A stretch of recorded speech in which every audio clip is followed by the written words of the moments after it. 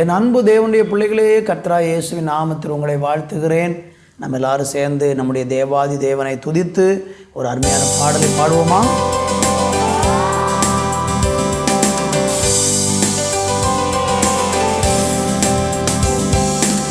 இருள் சூழும் காலம் இனி வருதே, அருளுள்ள நாட்கள் பயன்படுத்தும். இருள் சூழும் காலம் இனி வருதே, அருளுள்ள நாட்கள் பயன்படுத்தும். திறவுண்ட வாசல் அடைபடும் முன், நொறுங்குண்ட மனதாய் முன் செல்வோர் யார்? திறவுண்ட வாசல் அடைபடும் முன், நொறுங்குண்ட மனதாய் முன் செல்வோர் யார்? நாட்கள் கொடியதாய் மாறிடுதே, காலத்தை ஆதாயம் செய்திடுவோம்.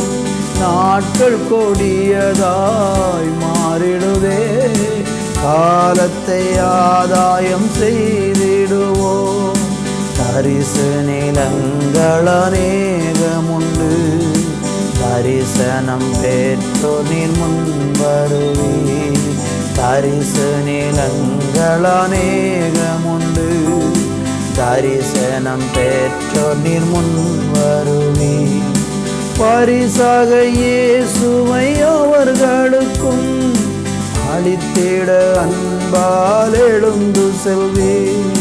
பரிசு இயேசுவை அவர்களுக்கும் அளித்திட அன்பால் எழுந்து செல்வீர்.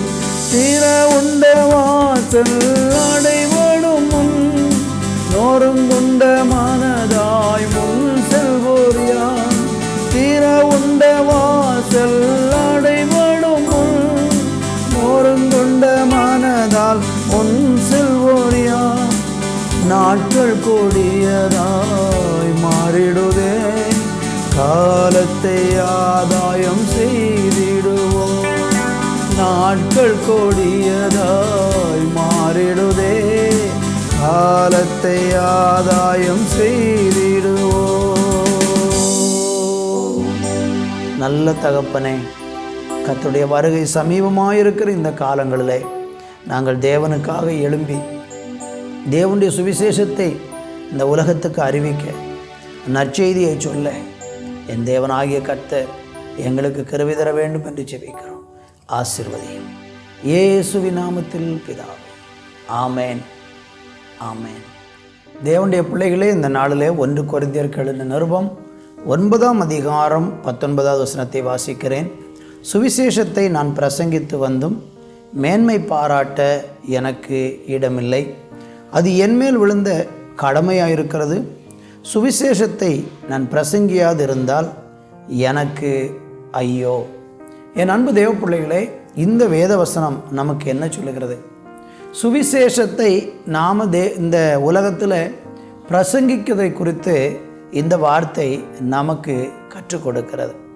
சுவிசேஷத்தை பிரசங்கிப்பது என்று சொன்னால் அநேகர் நினைக்கிற ஒரு காரியம் என்னென்னா, நாம் மேடை அமைத்து அந்த மேடையில் நின்று ஆயிரக்கணக்கான நூற்றுக்கணக்கான மக்களுக்கு வசனங்களெல்லாம் எடுத்து பிரசங்கம் பண்ணுவது மட்டும்தான் சுவிசேஷம் அறிவித்தல் அல்லது பிரசங்கித்தல் என்று நினைத்து கொண்டிருக்கிறாங்க.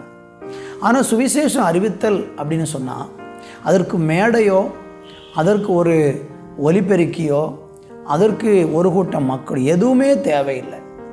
சுவிசேஷத்தை அறிவிப்பதற்கு ஒரு தனி நபராய் கூட சுவிசேஷம் அறிவிக்கலாம். ஒரு பெரிய கூட்ட மக்களுக்கு தான் அறிவிக்க வேண்டும் என்றும் இல்லை. ஒரு தனி நபருக்கும் சுவிசேஷத்தை நாம் அறிவிக்க முடியும். யோவான் சுவிசேஷம் 4ஆம் அதிகாரத்தில் நீங்கள் வாசித்தால் இயேசு கிறிஸ்து ஒரு தனி நபருக்கு சுவிசேஷம் அறிவிக்கிறதை வேதம் அங்கே சொல்லுகிறது. சமரியா ஸ்திரீ, அவள் தண்ணீர் எடுக்கும்படியாக மத்தியான வேளையில் வந்தபோது அவளை பார்த்து இயேசு கேட்டார், தாகத்துக்கு தா என்று அவளிடத்தில் தண்ணீர் கேட்டு அவளோடு கூட சம்பாஷித்து தொடர்ந்து இயேசுவும் அவளுமாக பல காரியங்களை குறித்து, தண்ணீரை குறித்தும் நித்திய வாழ்வை குறித்தும் ஜீவ தண்ணீரை குறித்தும் எல்லாம் பேசி கடைசியில் அவளுடைய பாவத்தை இயேசு அறிந்து அதை உணர்த்தி, அவள் அந்த பாவத்தை உணர்த்தின போது அந்த பாவ உணர்வடைந்து அவள் மனம் திரும்பி கர்த்தராகிய இயேசுவை அவள் ஏற்றுக்கொண்டாள். அவரை நம்பினாள், அவரை விசுவாசித்தாள். உடனே தன்னுடைய கிராமத்திற்கு ஓடிப்போய், என்னை பற்றி எல்லாவற்றையும் ஒருவர் எனக்கு சொல்லுகிறார், அவரை நீங்கள் வந்து பாருங்கள் என்று அழைப்பு கொடுத்து அந்த முழு கிராமத்தையும் அவள் கிறிஸ்துவின் அன்புக்குள்ளே நடத்தினாள் என்று நம்ம பார்க்க முடியும்.